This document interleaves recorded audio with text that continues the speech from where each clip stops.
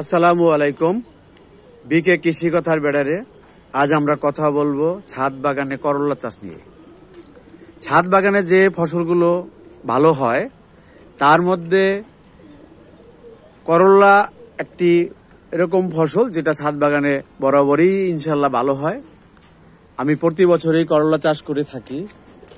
তো এবারে করলা চাষটা একটু ব্যাপক আকারে হয়েছে এই কারণে যে আমাদের এই যে শেডটি দেখতেছেন, এই শেডটি মূলত আমাদের শীতকালীন এবং এই শেডটি, এই দুইটি শেড শীতকালীন টমেটো চাষের জন্য।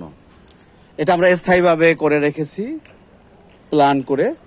তো এই শেডটি করার ক্ষেত্রে 10টি ফলের ক্যারেট 5টি করে সেট করা, আপনার এখানে 10টি এবং এই সেটে আবার 5টি 10টি সেট করা, যাতে আমরা শীতকালে টমেটো চাষ করে থাকি। তো আমরা টমেটো চাষের সময় প্রতি ক্যারেটে 2টি করে চারা দেই এবং প্রতিটি গাছ আমরা উঠিয়ে দেই বেঁধে বেঁধে। আর পরবর্তী যে সিজনে আমরা করলা করেছি, তো যাতে আমার এই সেট আর চেঞ্জ করা না লাগে, তো এটা এই সেটে আমরা করলা চাষ এবারেই প্রথম করলাম।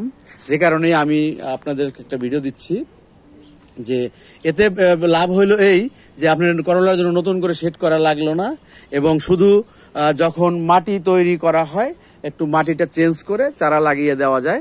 আমরা মূলত টমেটো থাকতেই 2 টমেটো গাছের মাঝে একটি করে করলা চারা লাগিয়ে দিয়েছিলাম, এবং সেই ক্ষেত্রে যে এই যে আমরা যে 5টি করে যে আপনার ক্যারেট আছে, এতে 2টি ক্যারেট গ্যাপ দিয়ে 3টি ক্যারেটে করলা দিয়েছি, আর 3টি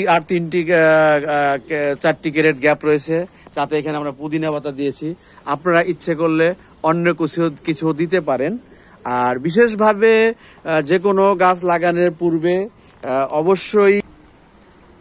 অবশ্যই বীজ এবং বীজের বিষয়টা খেয়াল রাখতে হবে। একটা ভালো বীজ, ভালো মানের বীজ দেওয়া দরকার, এবং গাছ লাগানোর পূর্বে মাটিটা বানিয়ে নেওয়া দরকার।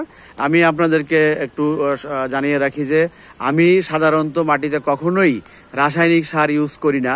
আমি শুধু জৈব সার হিসেবে খৈল ইউজ করি, এবং যদি সম্ভব হয় গোবর ইউজ করা যায়। কিন্তু যেহেতু ঢাকার শহরে গোবর অ্যাভেলেবেল না, পর্যাপ্ত পরিমাণে খুব সহজে পাওয়া যায় না, সেহেতু আমি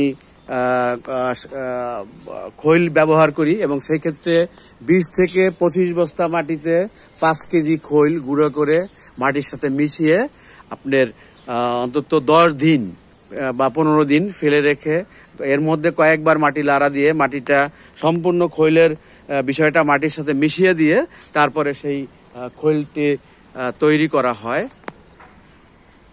মাটিটি তৈরি করা হয় যখন আমি দেখি যে মাটিতে আর কোনো খৈলের গন্ধ আসে না, তখন মনে করি যে মাটি তৈরি হয়ে গিয়েছে, এবং সেই মাটিতেই গাছ লাগানো হয়।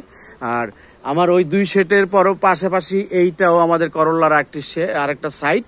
এটা আমরা নিয়মিতই এই সাইটে করলা এবং ওই শীতের সিজনে সিম এ ধরনের ফসল করে থাকি। এই যে দেখতেছেন যে ফেরোমন ফাঁদ দেওয়া হয়েছে, এটা আপনারা যারা এরকম ছাদ বাগান করেন অবশ্যই ব্যবহার করবেন, কারণ আপনার শখের বাগানের ফসলগুলো কিন্তু ফেরোমন পোকায় নষ্ট করে ফেলে। এবং আমি এই দেওয়ার পরে দেখা গেল এখন বেশ ভালো আছে, আলহামদুলিল্লাহ। এভাবে যদি আপনারা ছাদ বাগানে করলা চাষ করেন তাহলে আলহামদুলিল্লাহ নিজের চাহিদা পূরণ করে আপনার প্রতিবেশীদের মাঝে বিতরণ করতে পারবেন, দিতে পারবেন, যেটা একটা আত্মতৃপ্তির বিষয়। আমি আসলে ছাদ বাগান করি, সময় দেই, এখানে আমার যথেষ্ট ভালো ফসল হচ্ছে ইনশাল্লাহ, এবং আমি নিজেও ব্যবহার করি, আমার প্রতিবেশীদেরকে দেই। আমার কাছে এটা খুবই ভালো লাগে। আপনারা এভাবে করার ব্যবস্থা করতে পারেন, চেষ্টা করতে পারেন। সবাই দোয়া করবেন। আলহামদুলিল্লাহ। আসসালামু আলাইকুম রহমতুল্লাহ।